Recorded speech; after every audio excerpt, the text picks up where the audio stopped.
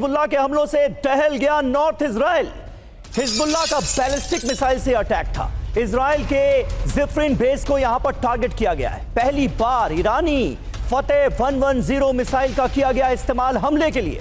Israel के खिलाफ Hezbollah के कुल 36 ऑपरेशन अंजाम दिए गए।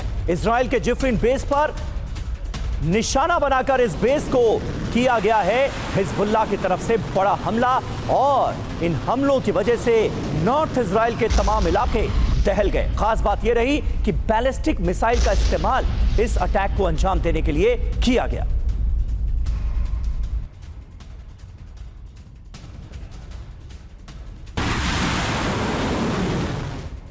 और वहीं इस वक्त इजराइल से बहुत बड़ी खबर है। इजराइल के बेन गुरियन एयरपोर्ट पर भी हमला हो गया है। एयरपोर्ट के अंदर गिरा हिजबुल्लाह का रॉकेट। एयरपोर्ट के रनवे के पास ही बड़ा धमाका हुआ है, यह खबर सामने आ रही है। हिजबुल्लाह ने करीब 10 रॉकेट इस इलाके को टारगेट करके दागे थे।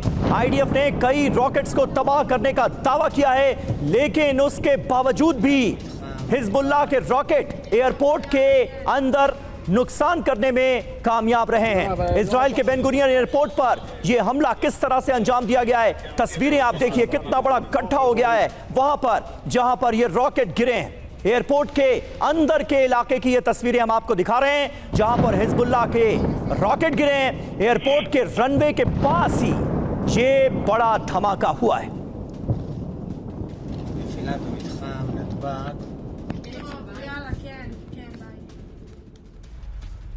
तो बेन गुरियन एयरपोर्ट लगातार निशाने पर था हिजबुल्लाह के, और अब यहां पर एयरपोर्ट के अंदर हमले को अंजाम देने में हिजबुल्लाह कामयाब रहा है। इजराइल के वेस्ट गलीली में हिजबुल्लाह ने हमला किया है। विध्वंसक रॉकेट हमलों से यहां भारी दहशत है।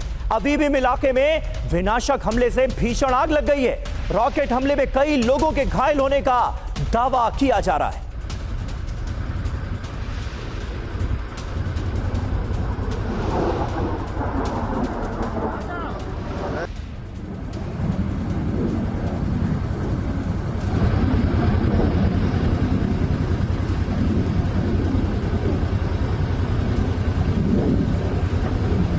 ऐसा लग रहा है कि 15 जनवरी से पहले पहले हिजबुल्लाह और हमास का समूल नाश करना है, उस लिहाज से हमले किए जा रहे हैं। और दूसरी तरफ हिजबुल्लाह का बड़ा पलटवार भी देखने को मिल रहा है।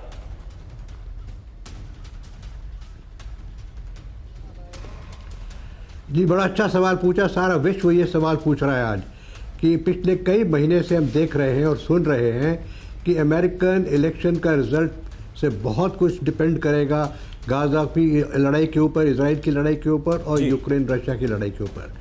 सबको मालूम है कि ट्रंप साहब की पॉलिसी जो डिक्लेयर हुई थी वो ये है कि दोनों युद्ध को हम रोकेंगे, लेकिन इनको एक एक करके देखा जाए क्योंकि हालात तकरीबन बराबर हैं, लेकिन सर्कमस्टांसेस फ़र्क हैं। अब जहाँ तक कि इजराइल वाला सवाल है उसको पहले देखिए। एक ट्रंप साहब का, एक तो आपको पता ही है किस तरीके से उनका रिलेशनशिप चाइना के साथ है। दूसरा उनका ये, आपको ये भी पता है कि उनका रिलेशन रशिया के साथ किस प्रकार का है। रिपोर्ट भी किया, उनको कंग्रेचुलेट भी किया है। लेकिन चाइना के बाद जो नेक्स्ट बिग एनिमी आता है ट्रंप साहब के लिए वो है ईरान। और इस पूरी लड़ाई जो कि गाजा में चल रही है, इजराइल फ़लस्तीन में चल रही है, उसके पीछे है ईरान।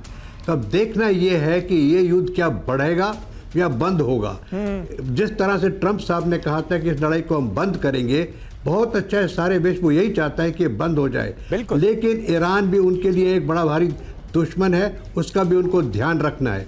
तो मैं समझता हूँ कि इस पर कुछ गौर होगा, उनकी ख़ास तौर से न्यूक्लियर कैपेबिलिटीज़ के ऊपर और उनकी ऑयल इंडस्ट्रीज़ के ऊपर।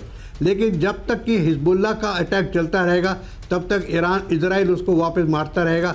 अगर इजराइल में 2 बम गिरते हैं तो वहाँ पे 20 बम गिरते हैं। बेरूट में आपको पता है किस तरीके से लेबनान में नुकसान हो रहा है। 50-60 हिजबुल्लाह रोज़ मरते हैं, हालांकि वो कहते हैं उनके पास 10,000 हिजबुल्लाह हैं। तो मैं समझता हूँ कि दिस वॉर इज़ नाउ, ये 6 जनवरी तक वेट करने की ज़रूरत नहीं पड़ेगी। 6 जनवरी तो बहुत समय पड़ा है, नवंबर पड़ा है, पूरा दिसंबर पड़ा है और 6 दिन जनवरी के पड़े हैं। मैं समझता हूँ उससे पहले ही कुछ ऐसा एक्शन होगा जिससे साफ होगा कि ये विश्व की युद्ध किस तरफ जा रही है। क्या ये एस्केलेट हो सकती है जहाँ तक कि फ़लस्तीन और हिजबुल्लाह और हमास का सवाल है, या ये बंद होगी।